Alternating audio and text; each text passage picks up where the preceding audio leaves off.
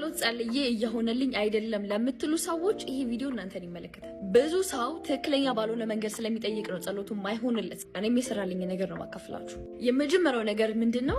ግልጽ የሆነ ጥያቄ ጠይቁት። ፈጣሪ የተሻለ ነገር ስጠኝ፣ ጥሩ ነገር ስጠኝ፣ ጥሩ ባል ስጠኝ፣ ጥሩ ሚስት ስጠኝ፣ ጥሩ የሚባል ነገር የለም። እንደዛ ስለምትሉ ነው በተደጋጋሚ ጥያቄ እየጠየቃችሁ ከዛ በተቃራኒ የሚገጥማችሁ። አንደኛ ግልጽ ፍላጎት አሰጡትም ለፈጣሪ። ሁለተኛ ደግሞ እምነት ነው። እምነት በጣም ትልቁን ድርሻ ነው የሚወስደው። ፈጣሪ የሚገባው በእምነታችሁ ላይ ነው።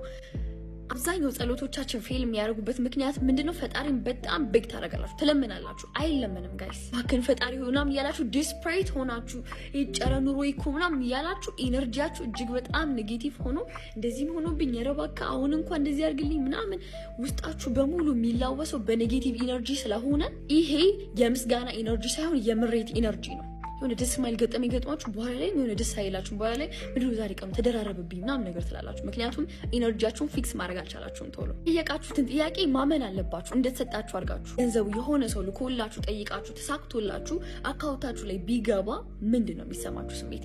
ያንን ደስታ ስትጸልዩ ሊኖራችሁ ይገባል። ያ እንዲሆን በጣም ብዙ የብሬን ኬሚካሎች አሉ እነ ዶፓሚን እና የሚመነጩ ማለት ነው። እና ያ ኬሚካል ከእናንተ ኢነርጂ ጋር አታች ሲሆን የመሆን ወይ ደግሞ ወደ ሪያሊቲ ወደ መቀየር ፕሮባቢሊቲው እጅግ በጣም ከፍተኛ። እንዴት ልመን ነው አለ ጥያቄው። አንደኛ ይሄ ማይንድ የሚያምነው የምታዩትን 5 የስሜት ሕዋሳቶች አሉ።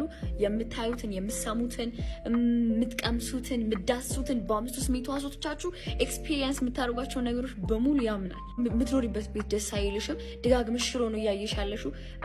ደጋግመሽ ለምሳሌ አይፎን ላፈልገሽ ደጋግመሽ እያየሽ ያለሽው ሜቢ ቴክኖ፣ ሳምሰንግ ምናምን ከሆነ አይፎን የማግኘት ፕሮባቢሊቲሽ እጅግ በጣም ዝቅተኛ። በጆሮሽ ደጋግመሽ የምትሰሚው ችግር፣ ውድቀት ምናምን ከሆነ ማሳካት እንኳን የምትፈልጊ የማሳካት ፕሮባቢሊቲሽ እጅግ በጣም ዝቅተኛ ነው። ሌላኛው ነገር ደግሞ ስንጸልይ ብዙ ጊዜ ቻሌንጅ ይገጥመናል እና ለምንድነው እንደዚህ ሁሉ ትርምስ ውስጥ የምገባው ምናምን ለምትሉ ሰዎች ደግሞ ፓርት ቪዲዮ ጠብቁኝ።